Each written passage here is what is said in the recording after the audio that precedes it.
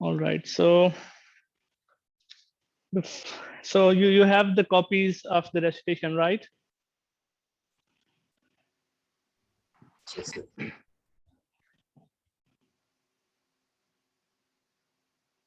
I thought 8 in the morning was too early, but it seems 10:30 is too early as well.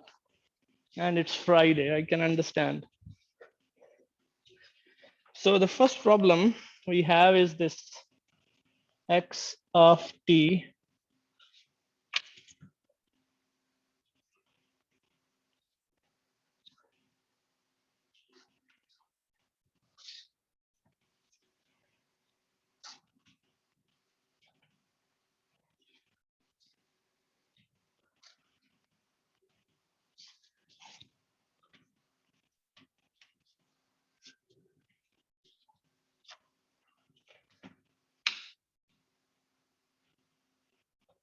All right, take a few seconds and have a look at this equation very, very carefully. Think about it. Try to make sense of it. Then I'm going to ask you a few questions about it.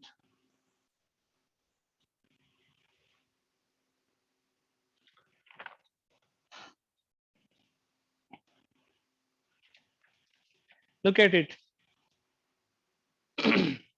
Now the question is, and you have to use the non-verbal response, not the chat, and don't start speaking over each other.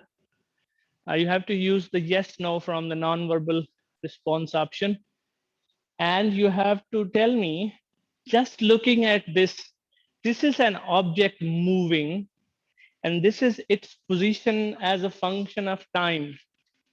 All right. Now you have to look at this equation or this function, and those of you who think that the acceleration, and think before you answer, that the acceleration of this body whose position time function or whose position time curve is this, is constant. That acceleration is constant of this object. Okay. And those of you who think that it is not constant, so say no if you think it is not constant, say yes if you think it is constant. Right? No, Say sir. say say in the non-verbal response, please. Non-verbal response only. From the window, the red mark that I see at the bottom of the participant list. So 28 people say no, nobody says yes. Reaction window. Well, we have some dissent here, or dissent, or whatever is the word. We have dissenters here.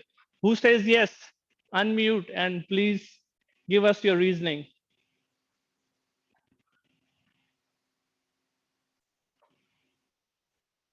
The person who says yes. Oh, Gigi.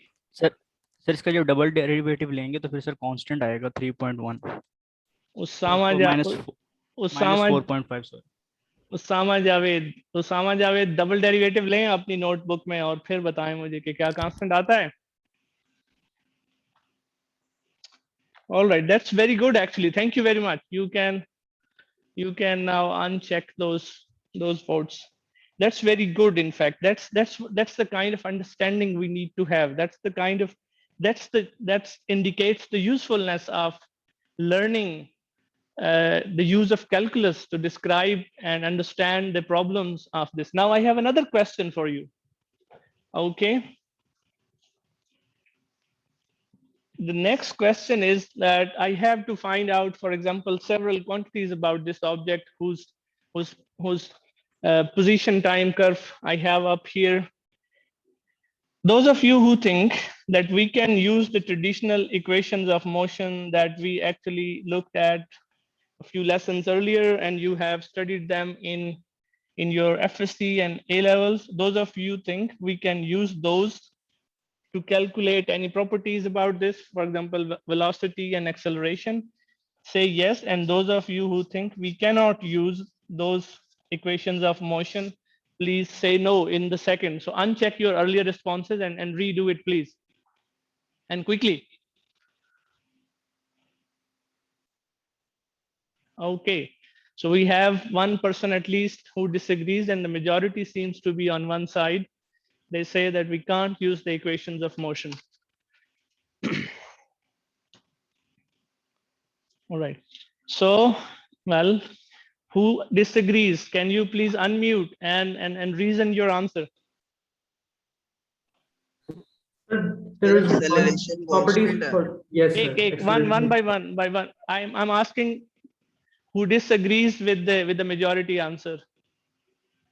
So एक बंदा कौन disagree कर रहा है?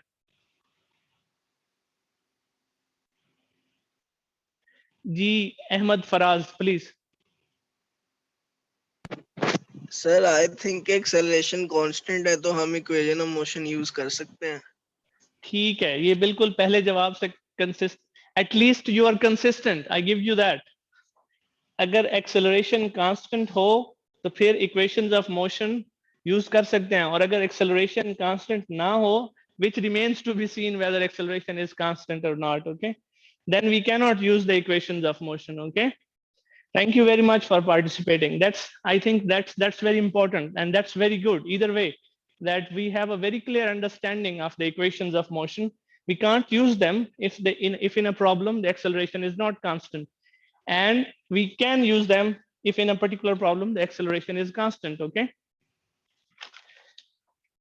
जी Bajwa. Sir मेरा net lag कर गया था, can you repeat the question? मुझे आंसर समझ आ गया, बस क्वेश्चन एक बार रिपीट कर दें. पार्ट 2 में आपने क्या पूछा था? पार्ट 2 में क्या पूछा था? हाँ जी, क्वेश्चन क्या था? पार्ट 2 में पूछा था कि क्या हमने इस ऑब्जेक्ट की जिसका ये पोजीशन टाइम कर्व है, उसकी मोशन को Yes, sir. स्टडी करने के लिए, उसकी चीजें डिफरेंट क्वांटिटीज उसके बारे में कैलकुलेट करने के लिए, फॉर एग्जांपल उसकी वेलोसिटी, एवरेज वेलोसिटी और इंस्टेंटेनियस वेलोसिटी और एक्सेलरेशन और इंस्टेंटेनियस एक्सेलरेशन और एवरेज एक्सेलरेशन फाइंड करने के लिए ये इक्वेशंस ऑफ मोशन हम यूज कर सकते हैं, जो ट्रेडिशनली हमने सीखी हैं, इधर भी सीखी हैं और पहले भी आपने सीखी हुई हैं. That was the question. No sir. Thank you. ठीक है. Okay, the Sir? next, ji. Sir, for using the equation of motion, isn't there a condition that the object should move in a straight line? No. किसने कहा?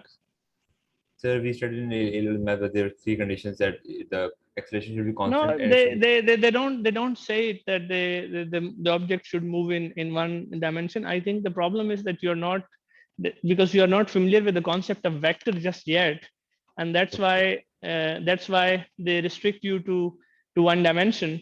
But that's not the condition. We would relax that condition and we would generalize. We'll learn how to use vectors, and all these quantities are vectors. So when you take them to vectors, then you would be able to work with them.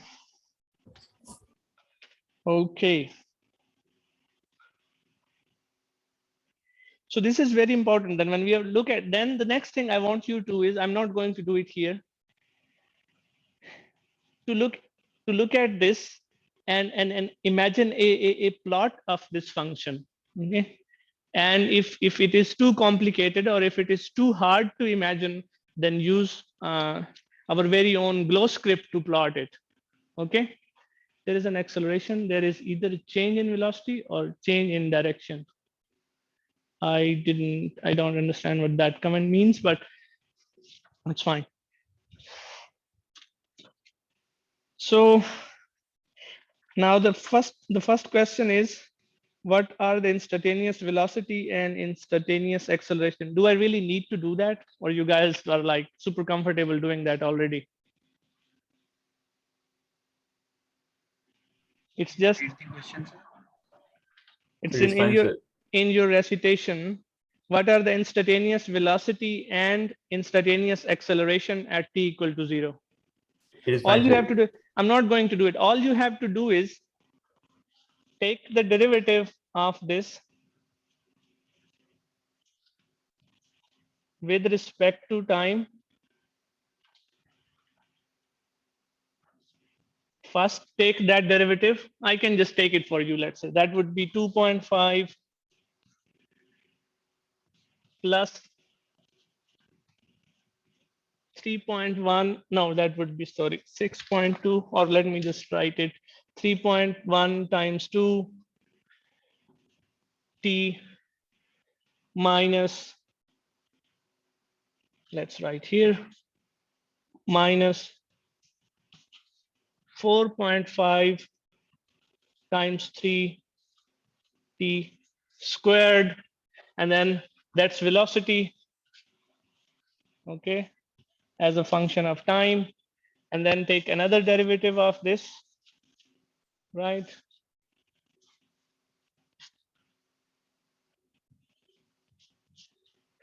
And then this constant disappears, then it's, now you simplify it, it's 6.2 minus,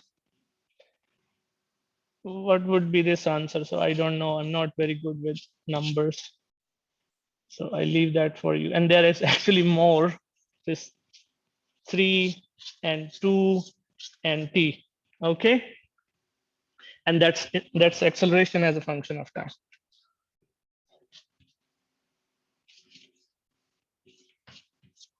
All right, so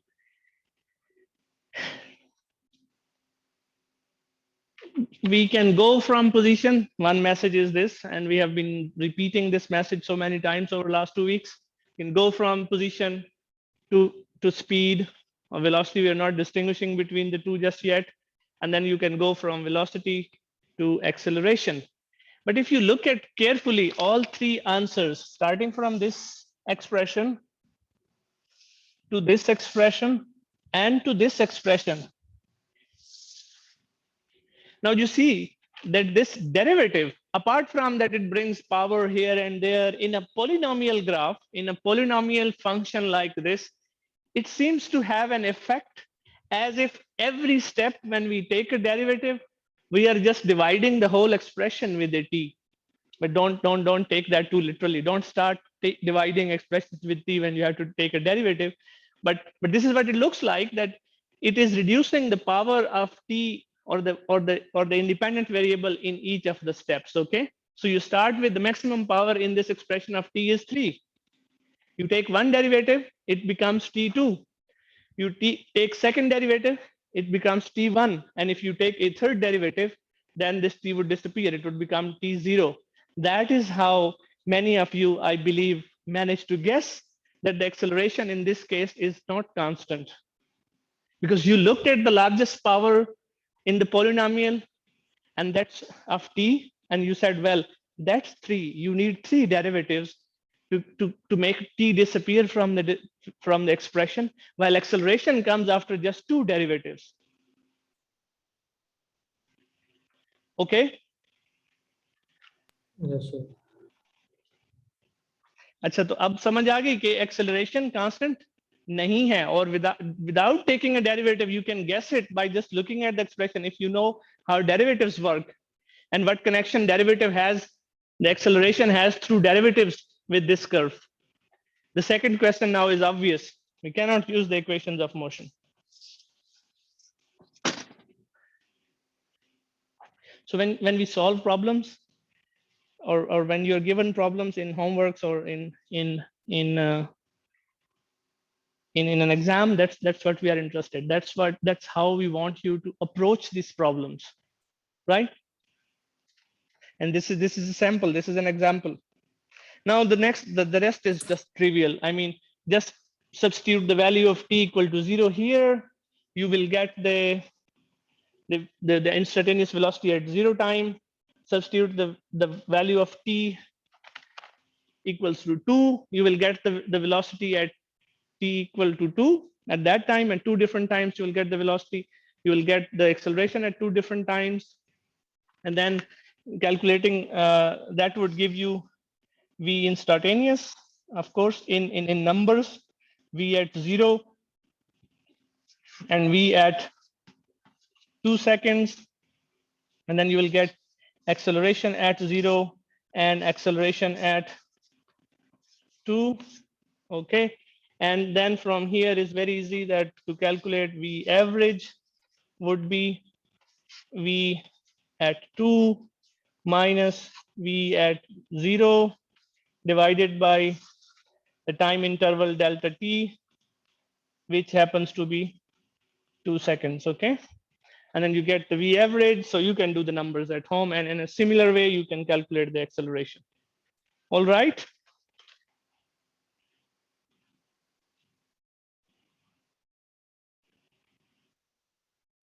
Now, another question that is not in the recitation, but I want you to scratch your heads and think about it.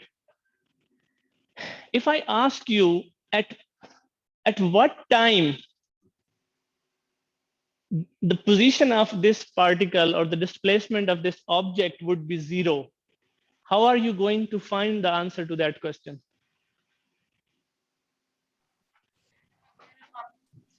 Sir, can you repeat the question? For example, this is the position. If I ask you that at what time, so this is the position changing with respect to time. At what time this object's position is 0? Put x to the x function h is equal to 0. Xt is equal to 0. And then solve for what? Solve for t. हमारे पास For t. जब हम t की value 0 लगाएंगे तब x की value एक दफा 0 आ जाएगी। और फिर दूसरा तरीका इसको एक और करने का ये होता है कि अगर आप इसमें से t कॉमन ले लो और ब्रैकेट के अंदर आपके पास एक वो आ जाएगी क्वाड्रेटिक इक्वेशन, फिर आपको t की एक और वैल्यू मिल जाएगी जब डिस्प्लेसमेंट 0 थी। Okay, और that's values very mill good, जाएंगी, very good, very good, I very guess. good, very good, very good. Wait, slow down, wait, very good. I know you're all very smart and are brimming with intelligence. But thank you, very good. So yes, so that's the method somebody just said. But I want you, can you just look at the equation and tell me how many answers of the questions are possible? Three. So you know how to find roots, and this is, and it means that this position is not monotonically increasing or decreasing. It's not a monotonic graph. Okay, it means that this function touches x0, x-axis several times. Yes, in an xp graph, it touches the timeline, the time curve, or x0 position, because the graph would look like this. This would be the arrangement of x's, right? T, x of t, right? So it means that it passes through 0 at t equal to 0, and it would probably have some root here, right? And a negative root as well. All right. So that means that this position is touching, and this is very important. So you know through mathematics how to find out roots. But what does that mean in this equation? It means that this object is moving in this fashion. Its position is changing in this fashion. All right. Thank you very much. Okay, I think we are done with question 1. Sir, I had a question. Ji. Sir, when we'll calculate the average velocity or average acceleration, so you have said, can we just take the average of it, adding velocity and dividing it by 2? No. Okay. So if we do it by subtracting velocity, wouldn't it give acceleration v over t? समझ नहीं आई मुझे बात की।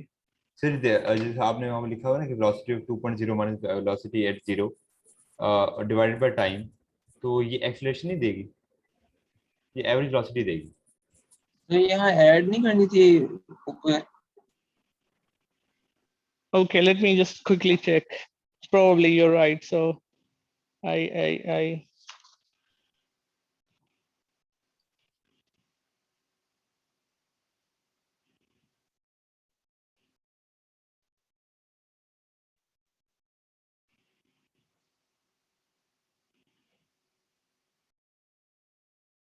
yes, sorry, that would be average acceleration. Okay, so now add नहीं होगा ये, we have to take delta v. Okay, the total change in velocity over that interval in time. Okay. Sir लेकिन for average velocity तो add करना होगा ना? जी Average velocity जब लेनी है उसके लिए तो ऐड करना होगा. नहीं क्यों ऐड करना है? You have to take the change in displacement delta x. Delta x लेना होगा सर ओवर जी टाइम. जी डेल्टा एक्स लेना होगा ना ओवर टाइम. जी चेंज इन डिस्प्लेसमेंट जो है. जी. There is no key for recitation. You have to find out all the answers yourself.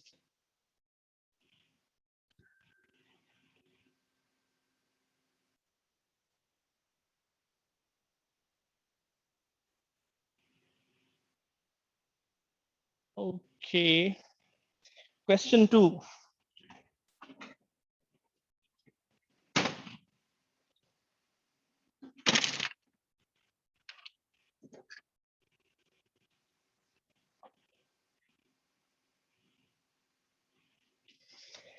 So you have the copy of the recitation, right? It says the speed of a body released from rest falling through a viscous medium, for instance, honey or oil or anything that's viscous, and that speed is given this.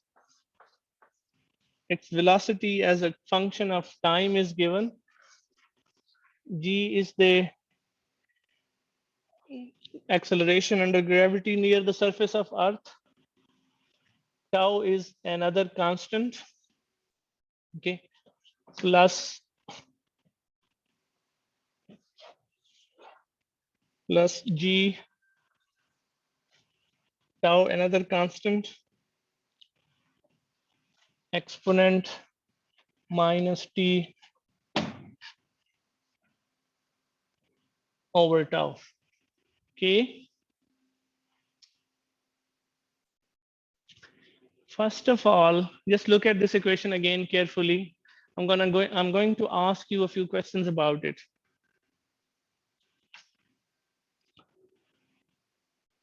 Ji Rafe?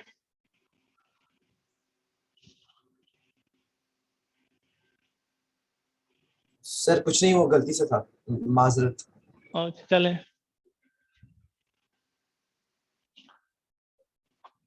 जी देखें. अच्छा, पहले तो सबसे पहले तो मुझे ये बताएं कि टाउ के यूनिट्स क्या होने चाहिए या क्या होंगे?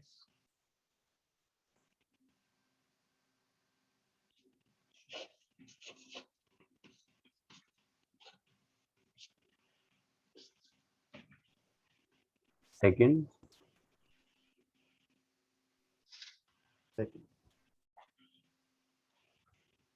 ठीक है, वेरी गुड. यस, क्यों?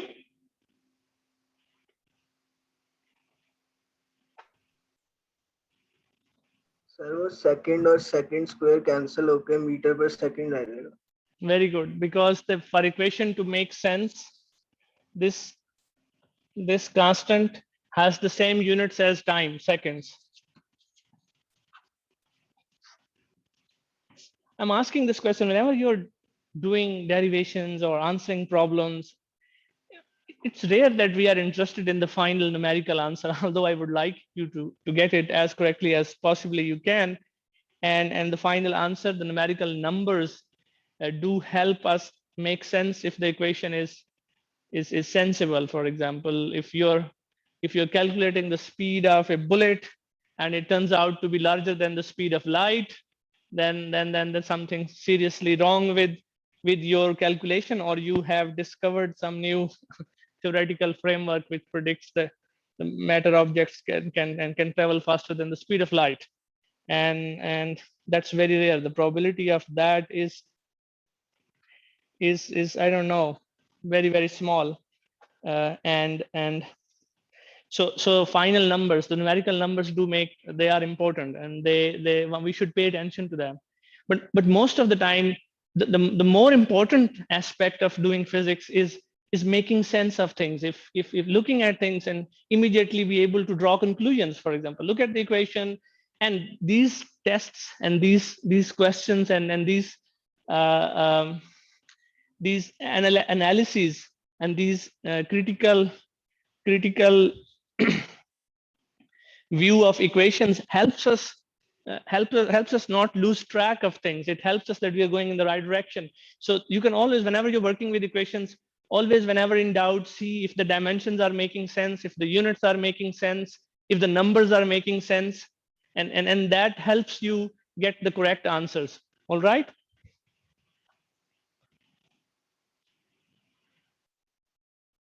So what is the question? Find the acceleration as a function of time. Do I really need to do that? Or that's it? You can calculate that, right? You don't need to do that. Show that for t going to infinity, the speed approaches the terminal velocity. The part B of the question 2.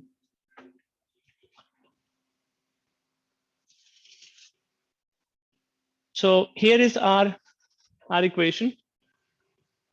And before I answer this question, whenever you're dealing with graphs, whenever you're dealing with functions,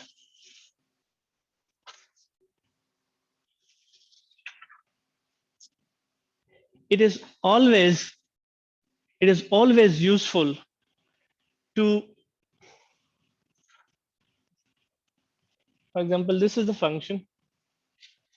It is always useful and helpful to look at the asymptotic limits of a function. What happens to the value of the function when we go to negative infinity, or what happens to the value of the function when we go to the positive infinity? This is very helpful, and it's not very difficult. So can someone help me? What would be the value of this function at x equal to 0? G? 1. 1. Okay. And what would be its value at x equal to 1? E. Sorry. 1 over E. 1 over E. Very good. Okay. So I should change the difficulty level of the exam that we are giving you, because you guys are already very smart. So 1 over E, 1, and then can you help me predict how this graph would look like? Something like this, right? Yes, sir. It gets very close to the 0, but almost never gets to the 0. Not quite at 0, but it becomes negligible. And then on this side, it goes up, right? So yes, this is what we call the asymptotic limit. So you see what happens to this graph if you go very far away from the origin. What happens to the function if you go very far away on the left side from the origin? So this is asymptotic behavior. This tells us this is in mathematics is just just looking at the behavior of the function, but in physics it tells us very important things. It tells us what happens long time in the future. What was happening long time in the past, back in the past. And for example, if it is a something that depends on time, if we are looking at a time bound phenomena. All right. So now it's asking, the second question is asking what happens when the t goes to infinity. Well, what happens? Can you answer it? It is an exponential. It approaches minus g tau. G? Yes. It approaches minus g tau. बिल्कुल देखें ना, this function here is not very different from the function that we just looked at. All right. So the only difference is that it would be 1 over e instead of at 1. It would be 1 over e at when t is equal to tau, right? And when t is 0, it would be 1, and it has a very similar behavior. Now, when we go very far away, and here on the axis, of course, in that case would be t. If we go very far away from the origin in the positive axis, what happens to this function? It becomes almost 0. And almost 0 multiplied by any constant is almost 0. So in the asymptotic limit, the Vt becomes minus g tau, and there is no dependence on time. Now velocity is constant, although the velocity is changing with time here, you see, but long time in the future it would become fast, it become constant, it would become time independent. So that's how we use the idea of asymptotic limits to predict future. For example, in classical mechanics you can predict future with 100% certainty. That's why we needed quantum mechanics. जी फिर अगर आपको कोई issue ना हो तो please आप इसका derivative निकाल सकते हैं, उनके सबके डिफरेंट आंसर आ रहे हैं, तो it would be very helpful if you would. All right, ये सबके डिफरेंस आंसर्स पे तो ग्रेडिंग होनी चाहिए।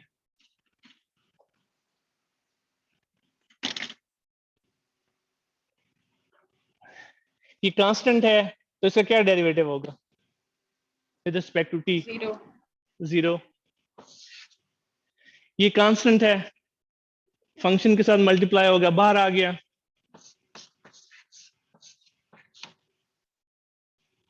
ठीक है, एक्सपोनेंशियल का डेरिवेटिव क्या होता है? एक्सपोनेंशियल का डेरिवेटिव हो जाएगा ना e power minus t over tau, लेकिन से इसके अंदर माइनस वन ओवर टाउ से मल्टीप्लाई होगा। बिल्कुल होगा, बिल्कुल होगा। ठीक है, ये ठीक है। So that's the answer. ये टी इसके साथ कैंसिल हो जाएगा and it would be minus g exponential minus t over tau. ये नहीं आता? जी सर यही आ रहा है मेरा। ठीक है, ठीक है। पर सर आपने इसके बी पार्ट में इसका ये ग्राफ बना के कैसे उसका आंसर निकाला था कि when it approaches T approaches infinity तो क्या होगा? देखें, ये फंक्शन जो है, ये फंक्शन, इसका ग्राफ बनाए आप ग्लो स्क्रिप्ट पे, वैसे बनाए आप, तो ये इस तरह का फंक्शन है। when this argument t approaches 0, the value of this function, this part becomes almost 0. Okay, and then if 0 multiplied by any constant is 0, so that's why we just ignore this term. This term would become insignificant when t is very, very large. Okay, and then we would be only left with minus dt. Let me just show you quickly. Let's see if we can quickly plot this function.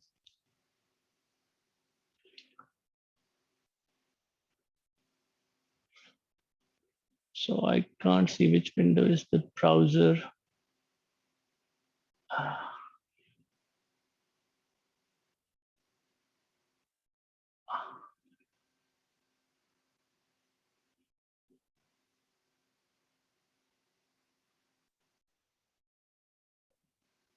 I'm sorry, let me just.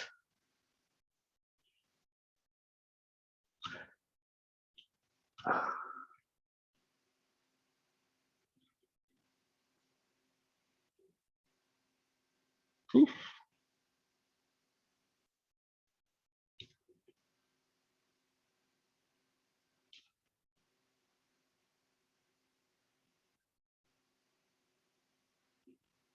All right.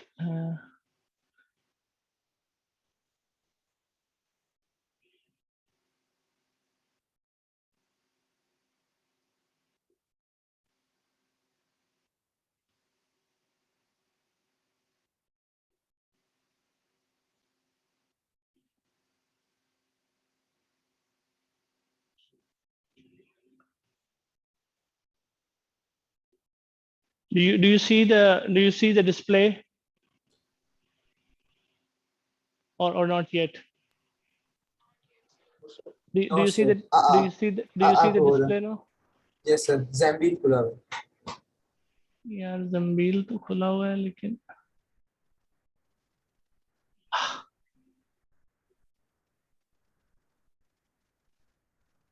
उफ,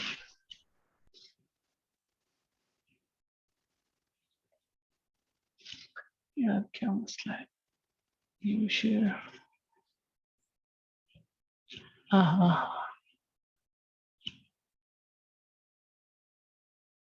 Do you see a graph now or no? Yes, sir, we can see. Okay, good. So added this program. So here we have again the glow script. Let me make bigger. Okay, so the function that we have is, so let's say I define t equal to tau equal to 2, some constant, g equal to 10 to make things easier, minus g tau. Here is the function definition where I'm highlighting, and it's not exactly what we should have. I'm correcting it on the fly.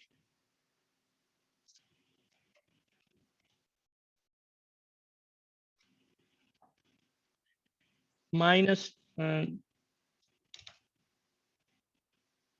g times tau times exponent, and instead of changing x everywhere, think of x being the time variable t, and this term is extra probably. All right. So now does this look like the function that we have as a v of t? Let's run it.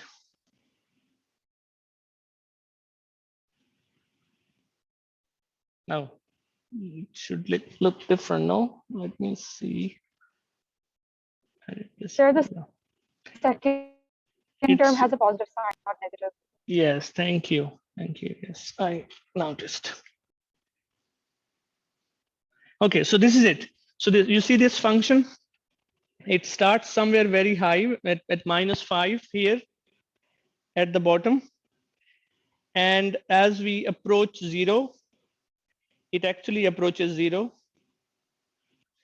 And that makes sense. It passes through 0. This is just the exponential, but this whole function would pass through 0. Why? Because at 0 this becomes 1, and minus g tau plus g tau would be 0. Okay, so the actual function v of t goes something like this, right? And then it goes below, and then it becomes nearly constant, and then this nearly constant would be minus g tau, or g tau from the x-axis. Okay, so this is what we are seeing in the graph, that as we go away from the x-axis on the positive side, from the origin on the positive side, it does not decrease as much, and it slowly becomes a constant. So that's what we are trying to do. Okay, you can always use glow script to visualize graphs. That's why we learned it. That's why we learned glow script.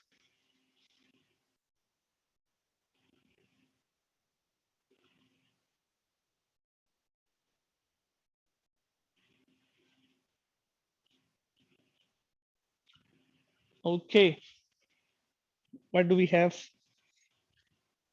Okay, the part C I'm not doing. I think you can do it. It's just another differentiation. So the part C says that if x of t for this object is g tau t minus g tau squared exponent minus t over tau plus g tau squared plus x naught. It wants you to verify the equation for the position as a function of time consistent with the above expression for speed. So all you have to do is again take a derivative with respect to time. And then if you get the expression given upstairs, then you have already verified it. That question D, what happens for small values of t? Go ahead and plot this function, this using glow script, and answer that what happens when we are very close to the 0, very close to the origin. So that's again for you to answer. आपका जो x है वो x not को approach नहीं करेगा कि very small values के लिए बाकी सारी वैल्यूज तो चली जाएंगी। जी मैं कह रही जब t की बहुत छोटी वैल्यू होगी तो बाकी जो सारी टर्म्स हैं उसमें क्योंकि t है तो जब उसकी पावर बढ़ती जाएगी तो it would be close to 0। तो हम ये कह सकते हैं कि x would approach x naught. इसमें है t। उसको फिर हम लोग x वुड अप्रोच g t square plus x naught होगा। इसमें तो t नहीं है ना, ये तो टाउ है ना। Sorry for my hand writing, this is tau नहीं नॉट सर t। मतलब दोनों कट जाएंगे ना, उससे पिछले वाले इक्वेशन भी माइनस जी टाउ स्क्वायर बन जाएगा, तो माइनस जी टाउ स्क्वायर प्लस जी टाउ स्क्वायर तो कट कट कैंसिल आउट हो जाएगा। ठीक है, तो yes, that's what I want you to do, argue about it or look at the graph. Okay,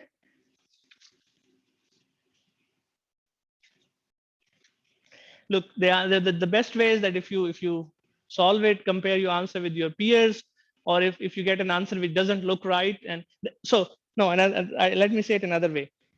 First, imagine an answer, just look without solving it, that this is what it should be, then do it.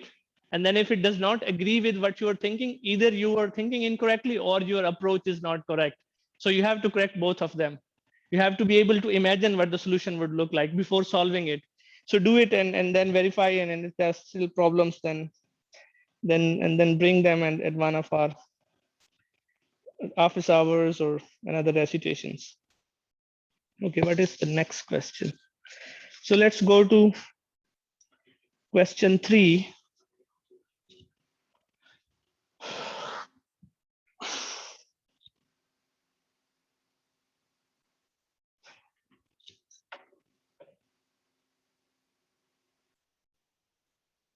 Okay.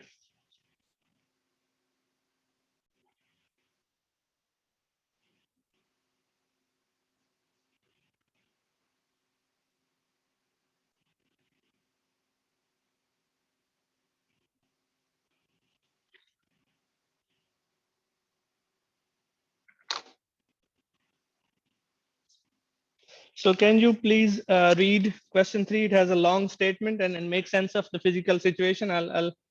It seems that we are dealing with a tower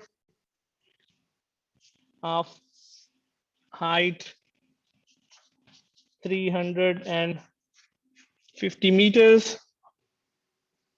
And it seems that there is an elevator which is going up this tower. The elevator with a speed of 370 meters per minute. All right. So the situation is that the moment an elevators are not round. So the moment the elevator starts going up, at the same time we drop a coin, okay, from the top of the tower.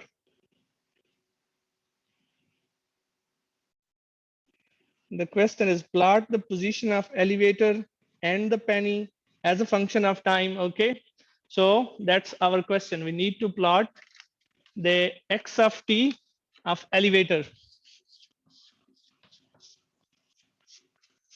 and x of t of the coin. All right.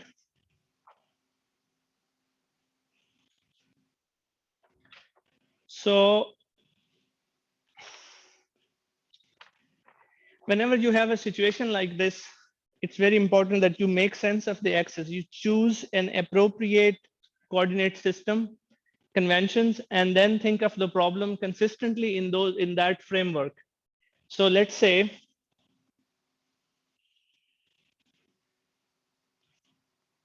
that we choose y as the vertical position. Okay. And then we choose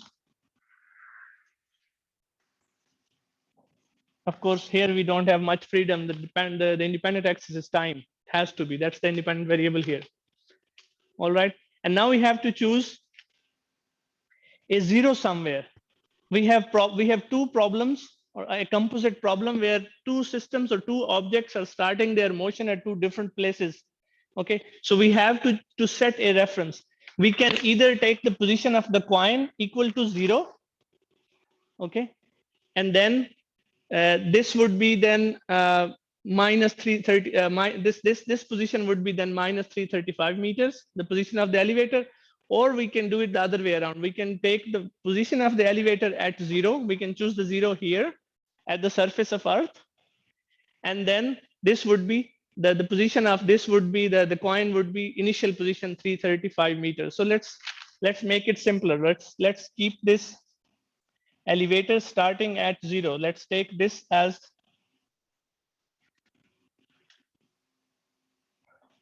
0. So the elevator's position is 0. What is the coin's position? This height, 335 meters. All right. Now I have to make a plot for the elevator. Its position is initially 0. So that makes my job very easy, that it is starting here at 0. You just need a few points to make a sketch like this. So we have gotten 1 point already. Now the motion of the elevator is constant. Its velocity is constant. What would the graph look like? In chat, please. In chat only. In chat. Straight and passing through origin. In chat. Straight and passing through origin. A straight line starting with the origin. All right, so we have partially answered this question. Now let's talk about the coin. What is the starting point? Where is the coin on that graph at t equal to 0? In chat, please. In chat. 335 meters. In the chat, in the text, please. Yes, so that is where the coin starts.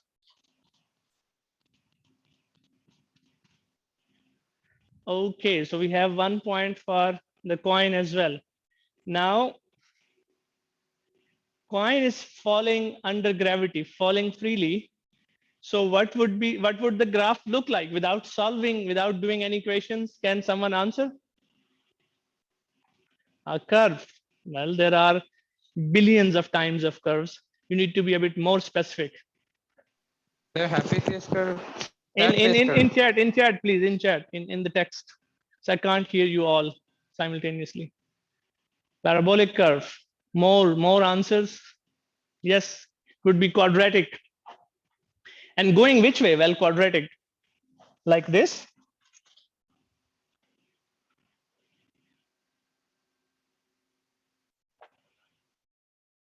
No, what then? Inverse cube curve. Now that's making a triangle. Ooh, wow. Give easy quiz.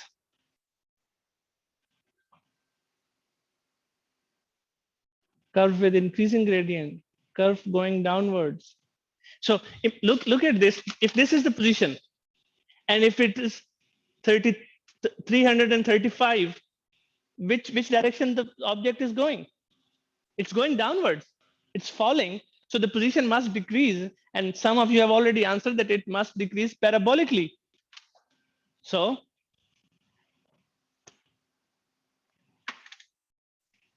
no?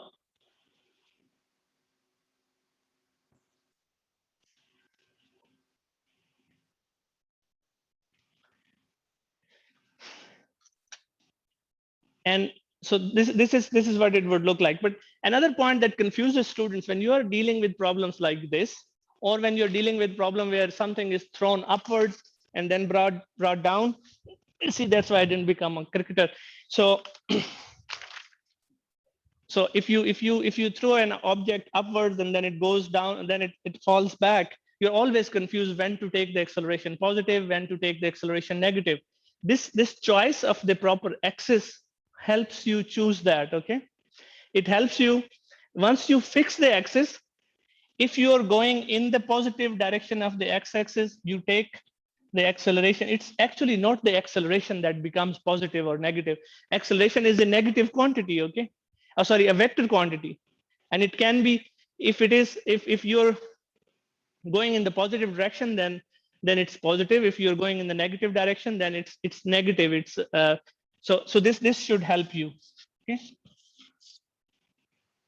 so it's the choice of axis that should make sense. And for example, in this case, the position is going to be proportional to something minus half gt squared. Okay, and this minus comes from the fact because we have chosen the axis in such a way. Okay, we are going towards the negative y-axis. We are traveling along the negative y-axis, in the negative y-axis direction, sorry. Okay, this usually helps with the confusion about the sign of the acceleration when you're dealing with free falling objects. Okay, so we have answered part of that question as well. There is another part.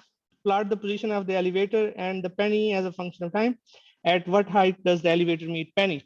So this is interesting. You have to find this point. Okay, first find it in time, then you can find it in position as well. So I'm not going to do it. You're smart enough to do it. Let me give you a hint. So this is linear motion. So it's the equation for the elevator would be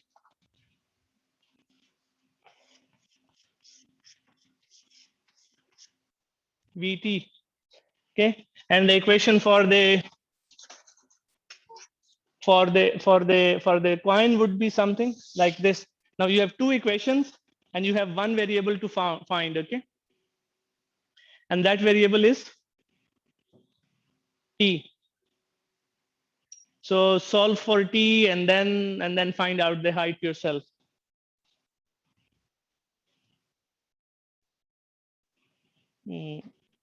excuse me sir, सही है, आप जरा एक दफा बता दें दोबारा से, ये माइनस जी पॉजिटिव जी मतलब आपने किस तरह बनता है?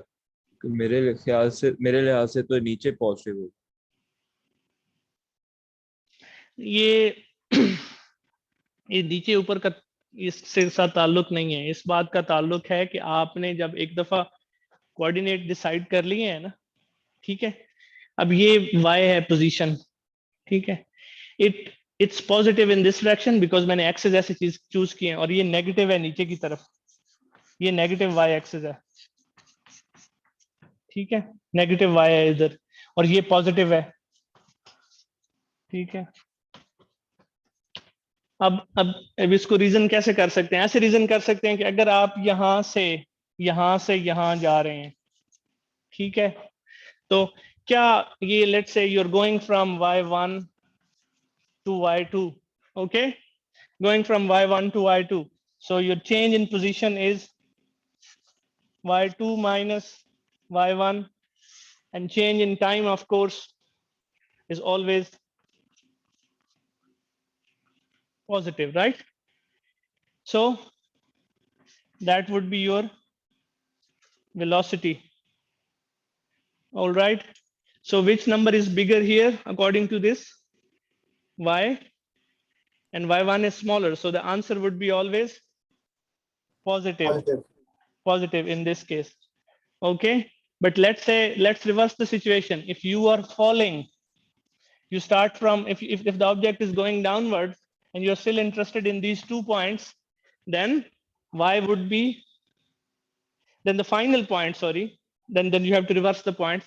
Then final point, which is y1, would be negative, and then the y2 would be, oh, let me just be careful with how I say it.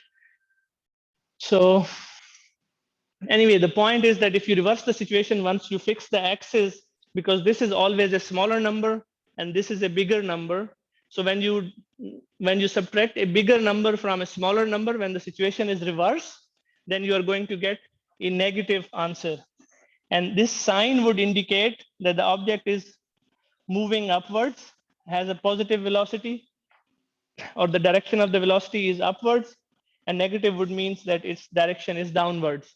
Okay, and then you can extend this argument to acceleration as well. This really depends on the choice of the axis. That's why I said that don't confuse whether when to take g negative and when to take g positive. There is no fixed convention. It is just the magnitude of acceleration.